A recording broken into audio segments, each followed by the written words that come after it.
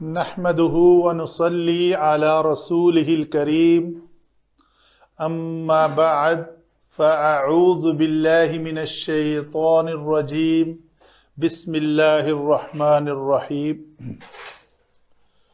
سورة الفجر آیت نمبر 17 اور 18 چل رہی ہے جی. آج کی تجوید کے بارے میں پہلے بات کر لیتے ہیں. کاف اور تا دو ایسے حروف ہیں جب یہ ساکن ہوں تو اس کے ساکن کرتے وقت آواز اور سانس کو بند کر لیا جائے تو اس کی پرفیکٹ ادائیگی ہوتی ہے. کرتے ہیں، اس کو پڑھتے ہیں.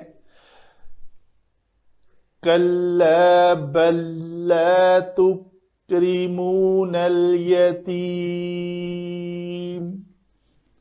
دیکھیں، بل لام ساکن، لا متحرک، اس کو کہتے ہیں متجانسین. یہ ادغام ہوا ہے، یہ لام کا اس لام کے اندر ادغام ہوا ہے. ادروائز لا تو لا ہے، نارمل ہے. لا کے اوپر جو شد آئی ہے وہ پہلے لام کا دوسرے لام کے اندر ادغام ہوا ہے. تو ابھی سمجھے اس لام کی کوئی ویلیو نہیں ہے پڑھنے کے اعتبار سے، کیونکہ یہ اس میں ادغام ہو چکا ہے. تو با کے بعد ہم نے اس کو پڑھنا ہے، تو اس کو مشدد ظاہر کرنا ہے. كَلَّا بَل لَّا تُكْرِمُونَ الْيَتِيمَ وَلَا تَحَاضُّونَ عَلَى طَعَامِ الْمِسْكِينِ.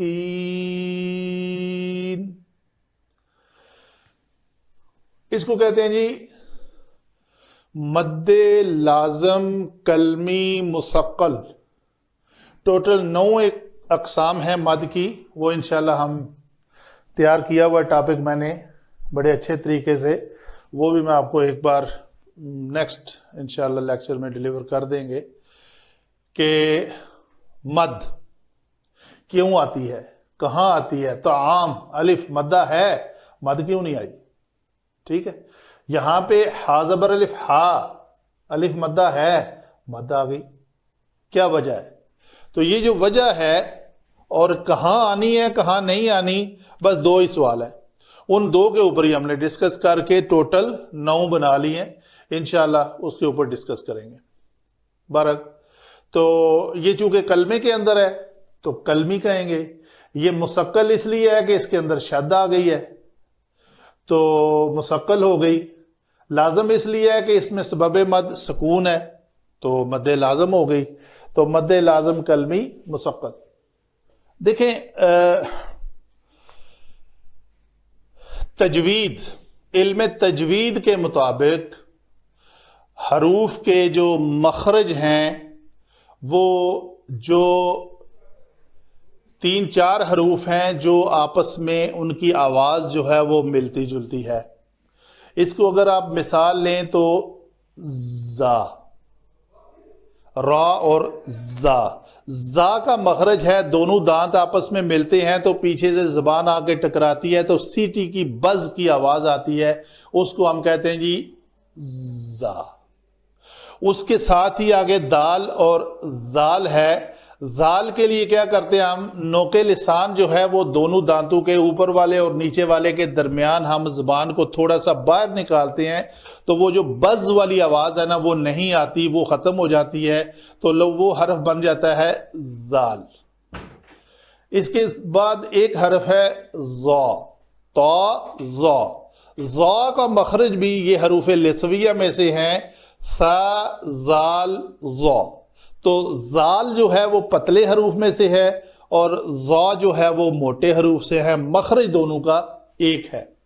تو یہ تو ہوئی ان تینوں حروف کے بارے میں باتیں، زا، ذال اور ظا. ابھی آ جائیں داد کے بارے میں. ابھی داد کا جو مخرج علماء لکھتے ہیں کثرت کے ساتھ وہ کہتے ہیں جی زبان کی جو کروٹ ہے سائیڈ وہ 5 داڑوں کے مسوڑوں کے ساتھ لگے. ولد دا دا، اس کو ہم کروٹ کو لگا کے ضا کریں گے ولد ضالین تو وہ ضا کے مخرج پہ ہم چلے جائیں گے. ہم 5 داڑوں کے مسوڑوں کو، ہمارا یہاں پہ مسئلہ یہ ہے کہ ہم اگر داد کو داد اس مخرج سے نہیں ادا کرتے تو ہم پھر ضا کے ساتھ مشابہت چلی جاتی ہے. مسئلہ آگے کیا ہے؟ ذال اور ضا بھی آپس میں ایک ہی مخرج سے ادا ہوئے ہیں. اس کو ہم نے پتلا کر دیا, ضا کو ہم نے موٹا کر دیا, کلیئرلی فرق نمایاں ہوتا ہے. لیکن ضا اور داد دونوں پر حروف ہیں, ان دونوں کو ہم نے پر ادا کرنا ہے. ضا کو جب ہم نے پر کیا تو وہ تو بنا ضا, اور اگر داد کو ولضالین کی طرف ادا کرتے ہیں تو پھر داد اور ضا میں فرق نہیں رہتا. تو یہ بہتر طریقہ ہے کہ اس کو آپ 5 داڑوں کے مسوڑے کے ساتھ لگا کر پر حرف ادا کریں. اچھا, پھر یہاں پہ مسئلہ پیدا کیا ہوگا؟ پھر بولیں گے جی ولضالین کی بجائے ہمیں تو یہ دال سنائی دے رہا ہے. نہیں, دال نہیں ہے. دال کے لیے کیا ہوتا ہے؟ یہ حروف نطعیہ ہیں, تا, دال, تو. تو تا کے لیے نوک لسان یہاں آ کے لگ رہی ہے, دونوں دانتوں کے پیچھے جو تالو ہے ہمارا اوپر والا, اس کے ساتھ لگ رہی ہے. اچھا, ابھی دال اور تا, دال اور تو دال کو ہم کیا کرتے ہیں؟ پتلا رکھتے ہیں, د اور دو. تو دال اور داد میں فرق کرنے کے لیے دال پتلے حروف میں سے ہے اور داد جو ہے وہ موٹے حروف میں سے ہیں, اور آواز بے شک آپس میں اس کی کافی قریب آتی ہے. جس طرح ضا اور زال میں آپس میں فرق ہو جاتا ہے پتلا اور موٹا کرنے سے, اسی طرح داد اور دال میں فرق نمایاں ہو جاتا ہے اس کو پتلا اور موٹا کرنے سے. تو گویا داد پڑھنا ہی علماء تجوید کے قواعد جو وضع کردہ ہیں ان کے عین مطابق ہے. سب سے بڑی بات آپ دیکھیں, حرم میں جتنے بھی قرآ حضرات ہیں وہ سب اسی طرح ہی ادا ہو رہے ہیں. تو اس سارے جو طریقہ کار میں نے بتایا ہے, ہم اس کے ساتھ اتفاق کرتے ہیں. اگر کوئی ہمارا بھائی اتفاق نہیں کرتا, موسٹ ویلکم, وہ بھی ہمارا بھائی ہے. ولضالین پڑھے, ولضالین پڑھے. Judgement day is after this life, not today. I am nobody to judge anybody. ٹھیک ہے, میرے پاس ججمنٹ پاور کسی نے مجھے نہ عطا کی ہے, نہ میں خود سمجھتا ہوں کہ میں کسی کو جج کر سکتا ہوں. اللہ تعالیٰ بہترین احکم الحاکمین ہے, وہ ہی حکم صادر فرمائے گا کون صحیح ہے اور کون غلط ہے. یہ ہم نہیں کر سکتے. سارے ہی جو چیز میں نے پڑھی اور سیکھی وہ میں نے اچھے طریقے سے ایکسپلین کر دی جتنا میں کر سکتا تھا. باقی اللہ تعالیٰ ہر ایک کو سمجھ کی توفیق عطا فرمائے. یہ ہوئی تجوید کی باتیں. علم صرف کی جانب, علم صرف میں ہم نے کلر ڈیوائیڈ کیے ہوئے ہیں. ان 2 آیات میں جتنے بھی اسماء ہیں وہ نیلے کلر سے, افعال ریڈ کلر سے, اور حروف جو ہیں وہ گرین کلر سے. تو پہلے ہی حرف کے بارے میں بات کرتے ہیں. کلا, کلا جو ہے اس کو کہتے ہیں حرف ردع و زجر, یعنی ڈانٹ ڈپٹ کے لیے. زجر کا اردو کی ڈکشنری میں معنی دیکھیں تو وہ ہے چہرے کا سرخ ہو جانا. تو گویا ایسی ڈانٹ ڈپٹ جس میں ڈانٹنے والا باپ بیٹے کے درمیان اگر بات ہو رہی ہے تو باپ ناراض ہے تو اپنے بیٹے کو ڈانٹتے وقت اتنے غصے سے ڈانٹ رہا ہے کہ اس کا چہرہ جو ہے وہ سرخ ہو گیا, سرخ چہرے کے ساتھ وہ ڈانٹ رہا ہے. تو یہ تو ہے صرف ڈانٹ. بل جو ہے یہ حرف ہے, حرف اضراب انتقالی. اس کی 2 قسمیں ہیں. یہ بل کلمہ جو ہے حرف 2 طریقے سے آتا ہے, 2 اس کے مقاصد ہوتے ہیں. انتقالی کا مقصد یہ ہوتا ہے کہ آپ پچھلا جو اس سے پیچھے والا ٹاپک ہے اس کے ساتھ آپ اعراض کریں, اس کے ساتھ اس سے منہ موڑ لیں, اس کو صحیح نہ سمجھیں تو بعد والے کے ساتھ عدول کریں, یعنی اس کو عدل سمجھیں. یہ اصل بات ہے. اللہ کا مقصود جو ہے وہ یہ ہے, نہ کہ وہ ماقبل ہے. تو یہ ہے اس بل کا, بل اضرابی انتقالی اس کو عربی گرامر میں کہتے ہیں. اس کی دوسری قسم جو ہے وہ بل اضرابی ابطالی ہے. ابطالی جو ہے وہ اس سے ماقبل کا یہ تو تھا اعراض، اس سے ابطال کرنا ہے، اس کو باطل سمجھنا ہے، اس کے ما قبل کو جہاں وہ ہوگا تو اس سے پھر بعد والے کے ساتھ عدول کرنا ہے۔ اس کی مثال جو ہے سورۃ البقرہ میں قالوا اتخذ اللہ ولدا، آگے لفظ اس کے بل آ رہا ہے کہ اللہ نے بیٹا بنا لیا، اس میں بل جو ہے وہ بل ابطالی ہے کہ آپ نے ماقبل والے کلمے کو، ماقبل والے جملہ کے ساتھ اس کو ابطال کرنا ہے، اس کو باطل سمجھنا ہے اور ما بعد والے کے ساتھ عدول کرنا ہے۔ وہ ہمارا ٹاپک نہیں ہے، جسٹ ایگزامپل کے طور پہ میں نے اس کو ظاہر کر دیا۔ تو ان دو کلمات کو اگر کوئی بندہ صحیح طریقے سے سمجھ جاتا ہے تو اس کو عربی گرامر کے قواعد سیکھنے کا مزہ آئے گا۔ وہ کچھ طلباء جو ہیں وہ کہتے ہیں جی ڈائریکٹ ترجمہ پڑھ لو کافی ہے، عربی اگر ہمیں گرامیٹک وے سے نہیں آتی تو کیا مسئلہ ہے، ترجمہ تو موجود ہے۔ اچھا اگر ترجمہ موجود ہے تو پھر ان دو حروف کے اوپر ہی اگر بات کر لیں تو جو ڈیفینیشن ان دو حروف کی میں آپ کو بتا رہا ہوں، کیا کوئی مترجم جو ترجمہ کرنے والا ہے وہ ان ساری باتوں کو اس طرح ڈیٹیل کے ساتھ اپنے ترجمے میں ایڈ کر سکتا ہے؟ نہیں، ایسا ممکن نہیں ہے۔ ترجمہ تو چھوڑیں، تفسیر میں آپ کو اس کی اس طرح کی ڈیفینیشن جو ہے نا وہ نہیں ملیں گی، ہرگز نہیں، بلکہ آپ کو اس طرح کا ترجمہ ملے گا۔ کہیں کوئی اس ترجمے کو کسی ایک حرف یا کلمے کے ذریعے سمو بھی دے اپنے معنی میں، اپنی تفسیر میں، لیکن پھر بھی بات اس طرح واضح ہو کے سامنے نہیں آتی کہ وہ کلا کا جو ہے حرف کا اس کی یہ ڈیفینیشن ہے، بل دو قسم کے ہیں، ایک یہ ہے ایک یہ ہے، اور اس سے مراد ہم نے اس کے ساتھ ما قبل کے ساتھ اعراض کرنا ہے اور ما بعد کے ساتھ عدول کرنا ہے۔ وہ عدول اور اعراض اس کے لیے بھی میں نے آج ایک لیکچر تیار کیا، انشاءاللہ میں شیئر کروں گا، امید ہے آپ کو بات کلیئرلی سمجھ آ جائے گی۔ یہ تو تھا ہمارا حرف ردا و زجر اور حرف اضراب والانتقالی۔ آگے چلتے ہیں جی، لا جو ہے وہ حرف نفی ہے۔ تکرمون کیا ہے؟ کاف را میم اس کا مادہ ہے، یہ باب افعال سے ہے، باب افعال کا وزن ہے افعل یفعل۔ تو آگے کیا ہے جی، یفعل یفعلان یفعلون کے وزن پر یکرمون آئے گا، یہ جمع مذکر غائب کا صیغہ ہے، فعل مضارع ہے، اس کے اندر یہ واو جو ہے یہ اس میں ضمیر ہے، اس کو ہم نے بلو کر دیا۔ الیتیم کیا ہے جی، یا تا میم مادہ ہے، فاعل کے وزن پر یتیم، الیتیم الف لام لگا، اس سے پتہ چلا یہ اسم ہے۔ واو پھر عطف ہے، کس کے اوپر عطف ہے؟ لا کے اوپر۔ یہ پورا جملہ فعل مضارع کا جملہ فعلیہ ہے جس کے اوپر لا نے آ کر اس جملے کی نفی کی، تو ہم کہیں گے لا ولا۔ اسلوب ہے حرف عطف کا، جب اسم کے اوپر آئے تو اسم پہ آتا ہے، فعل کے اوپر عطف فعل کا ہوتا ہے، حرف کا حرف پہ عطف ہوتا ہے۔ تو آگے کیا ہے جی، لفظ لا نفی ہو گیا۔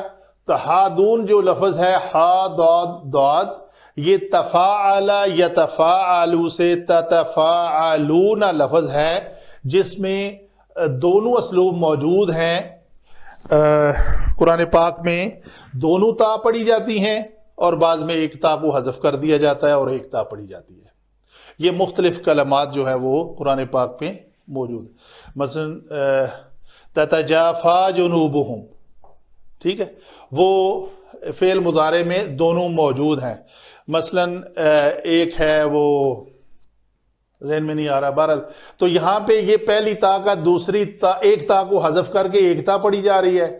یہ ضاد دو ہم جنس حرف اکٹھے آ جائیں، پھر کیا ضاد اور ضاد میں سے پہلے ساکن کو ہم نے، پہلے متحرک کو ہم نے خود ادغام ساکن کر کے اس دوسرے کے اندر ادغام کیا تو ضاد جو ہے وہ مشدد ہو گیا، تو یہ پیش کے ساتھ ہے۔ باقی واو نون اسی طرح ہے، ایک تا کو ہم نے خود حذف کر دیا، یہ جملہ ہمارا بن گیا یودونا، تو اس کے اوپر ہم کیا لکھیں گے؟ مد بھی لکھیں گے. یہ مد جو ہے یہاں پہ موجود ہے.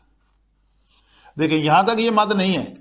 کیوں نہیں ہے؟ کہ اس کے الف مدہ ہے محل مد، سبب مد نہیں ہے. سبب مد یہاں پہ تو اصل کلمے کے مطابق داد جو ہے وہ زبر کے ساتھ ہے. جب ہم نے زبر کو ساکن کر کے اس بعد والے داد میں ادغام کیا تو پھر یہ سبب مد بن گیا، تو ہم نے یہاں پہ مد لکھی، یہاں بھی نہیں لکھی، یہاں بھی نہیں لکھی. آگے چلتے ہیں جی. آئین کلمہ زبر کے ساتھ، لام کلمہ پیش کے ساتھ. ہمارا آئین اور لام دونوں ہم جنس حروف ہیں، داد ہے اور داد ہے، اس لیے یہاں پہ داد جو ہے وہ ادغام ہو گیا داد کا داد کے اندر. اعلیٰ جو ہے وہ حرف جارہ ہے. طعام یہ لفظ بھی فعال کے وزن پر اسم ہوا. مسکین کا روٹ ورڈ ہے سا کی کاف نون، اور مفعیل کے وزن پر یہ بھی لفظ مسکین بنے گا. تو یہ ہوئی جی باتیں ہماری علم صرف کے مطابق. آگے چلتے ہیں جی علم نحو کی جانب. انہی کلمات کو ہم نحوی پوائنٹ آف ویو سے دیکھ لیتے ہیں. کلّا کہہ رہا ہے کہ جی پیچھے والی جو بات ہے، پہلے تو بات ہے ڈانٹ ڈپٹ. یہ جو باتیں تم کرتے ہو، تم کون؟ انسان. کلّا کہہ رہا ہے اس سے پہلے جملے میں جس فاعل نے بھی جو بھی بات کی ہے اس کے ساتھ اعراض کرو، اس کی نفی جانو، اور اس کے بعد والے جو ہیں باتیں اس کو صحیح سمجھو. نحوی پوائنٹ آف ویو سے دیکھ لیتے ہیں. پہلے بات ہو رہی تھی فَأَمَّا الْإِنسَانُ إِذَا مَبْتَلَاهُ رَبُّهُ فَأَكْرَمَهُ وَنَعَّمَهُ فَيَقُولُ رَبِّي أَكْرَمَنِ. تو انسان کو جب اس کا رب آزماتا ہے اور اکرام دیتا ہے، نعمتیں دیتا ہے، تو وہ جواب میں انسان کہتا ہے جی کہ میرے رب نے مجھے بہت عزت بخشی ہے. جب اس کے اوپر اس کو رزق جو ہے وہ نپاتلا دیتا ہے، وَأَمَّا إِذَا مَبْتَلَاهُ فَقَدَرَ عَلَيْهِ رِزْقَهُ فَيَقُولُ رَبِّي أَهَانَنِ. تو وہ کہتا ہے مجھے ذلیل اور رسوا کیا ہے، میرے اوپر رزق کی تنگی کر دی ہے میرے رب نے. تو اللہ تعالیٰ اس کلّا کے ذریعے فرما رہا ہے کہ یہ جو دو باتیں انسان سوچتا ہے نا، فَيَقُولُ وہ انسان ہے، فَيَقُولُ دو بار، احانن بھی اور اکرمن بھی، اس کے ساتھ اعراض کرو، وہ بات نہیں صحیح، بعد والی بات صحیح ہے. کلّا ڈانٹ کے ذریعے بل کہہ رہا ہے، بل ہمیں کہہ رہا ہے، بل کہہ رہا ہے کہ پہلے کے ساتھ اعراض کرو اور دوسرے کے ساتھ عدول کرو. یہ ہے دوسرا. دوسرے میں 4 آیات مبارکہ ہیں، اس کے اوپر بھی ہم ڈسکس کر لیتے ہیں. لا تکرمون الیتیم. تکرمون میں یہ فعل ہے. اس فعل میں فاعل کون ہے جی؟ ہر فعل کے اندر میں ہمیشہ کہتا ہوں ایک ضمیر ہوتی ہے، چاہے وہ مستتر ہو، چھپی ہوئی ہو، چاہے وہ بارز ہو. تو یہ بارز ضمیر واو ہے. اس کا مطلب ہے وہ سب، تم سب کے سب کیا کرتے ہو؟ اکرام کرتے ہو، عزت دیتے ہو. کس کو؟ مفعول بھی کیا ہے یہ ہمیں پتا چلا. اس کے بعد جو اسم ہے وہ ہے پہلی تو بات ہے وہ کیا ہے؟ اس یتیمہ، میم کے اوپر زبر کی وجہ سے ہم نے کہا یہ ہے جی منصوب. یہ ایک منصوب اسم ہے. اس اسم ضمیر کو فعل کا جز ہونے کے ناطے ہم نے کہا یہ ہمیشہ مرفوع ہوتی ہے. تو یہ ہمیں اسم مل گیا مرفوع. اس سے پہلے یہ ہے کہ اس میں فعل کے اندر ہے، تو گویا یہ فعل بھی ہمارے پاس موجود ہے. تو ترتیب ہو گئی، ہمارے پاس ایک فعل مل گیا، اور فعل بھی حالت کون سی ہے؟ حالت فعل مرفوع ہے. مرفوع کس شکل میں؟ یہ جمع مذکر حاضر کا صیغہ تھا، اس کا نون کا قائم رہنا، ثابت رہنا دلیل ہے کہ یہ فعل مضارع مرفوع ہے. کیوں مرفوع ہے؟ نہ یہ یا تو مجزوم ہو سکتا ہے یا منصوب ہو سکتا ہے. منصوب یہ تب ہوگا جب اس سے پہلے کوئی حرف ناصب آئے گا. مجزوم تب ہو سکتا ہے کوئی اس سے پہلے حرف جازم آ جائے. تو دونوں میں سے کوئی بھی نہیں آیا تو نہ یہ اپنی اصلی حالت میں قائم ہے. تو یہ مرفوع فعل ہے. اچھا جی، ابھی یہ فعل تو ہوا، اس کو کیا کریں جی؟ یہ مرفوع اسم ہے. تو مرفوع اسم کو ہم ان 8 میں سے تلاش کرتے ہیں تو ہمیں ملتا ہے یہ فاعل ہے. جمع یہ فعل. جمع منصوب کو ان 13 میں سے تلاش کیا تو پتہ چلا یہ مفعول بہی ہے.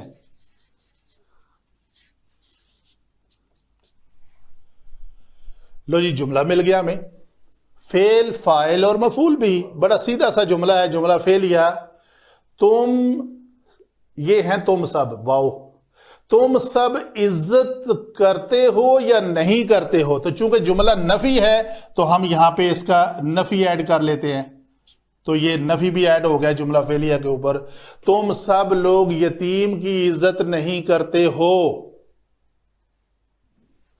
آگے کیا ہے جی؟ ولا. اور پھر کیا ہے؟ لا جو آ گیا ہے یہ نفی ہے.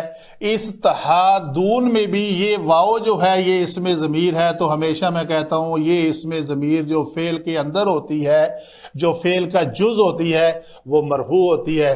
اس سے پہلے کیا ہے جی؟ یہ فعل ہے. اس فعل سے پہلے ایک حرف نفی بھی ہے. اس کے بعد جو کلمہ ہے وہ کیا ہے جی؟ یہ بھی اسم ہے جمع، یہ بھی اسم ہے. تو گویا یہ مرکب اضافی ہے. طعام المسکین. اس طعام جو مضاف ہے، اس مضاف کو جمع مضاف الیہ، اس کو مضاف کو مجرور کس نے کیا جی؟ یہ مجرور ہے اس حرف جارہ نے. تو یہ جارہ جمع مرکب اضافی. تو ہم کہیں گے یہ پورا جو ہے وہ مرکب جاری ہے. تو مرکب جاری ہمیشہ کسی ماقبل فعل یا فاعل یا مفعول یا صفت مشبہ کسی کے وہ متعلق ہوتا ہے. تو وہ جو متعلق ہے یہاں پہ وہ یہ فعل ہے، اس فعل کے متعلق ہے. تو کیا نہیں کرتے؟ رغبت نہیں دلاتے. ٹھیک ہے جی. تو یہ مرفوع جو ضمیر ہے یہ فاعل بن رہی ہے یہاں پہ. یہ فاعل جو ہے یہ فعل نفی کرتا ہے اس فعل کی. کس کے اوپر؟ متعلق کیا ہے؟ مسکین کو کھانا کھلانے کے اوپر ترغیب نہیں دیتے. تو گویا یہ جملہ بھی پہلے جملے کی طرح ایک جملہ نفی بنا، جو جملہ تو فعلیہ ہے لیکن لا نے آ کر اس کی نفی کر دی. اور دوسرا تم ہے کون؟ وہ تم سب. تم سب سے مراد جمیع الناس ہیں، اس وقت کے قرآن کے ڈائریکٹ مخاطبین یا آج کے مخاطب جو ہم اور پوری نوع انسانی ہے، جس کو بتایا جا رہا ہے کہ تم سب مسکین کو کھانا کھلانے پر رغبت نہیں دلاتے. ٹھیک ہے جی. تو یہ جملے ہوئے دونوں، جس کا میں نے آپ کو فعل، فاعل، مفعول اور متعلق کے فعل بتا دیا. وما علینا الا البلاغ المبین.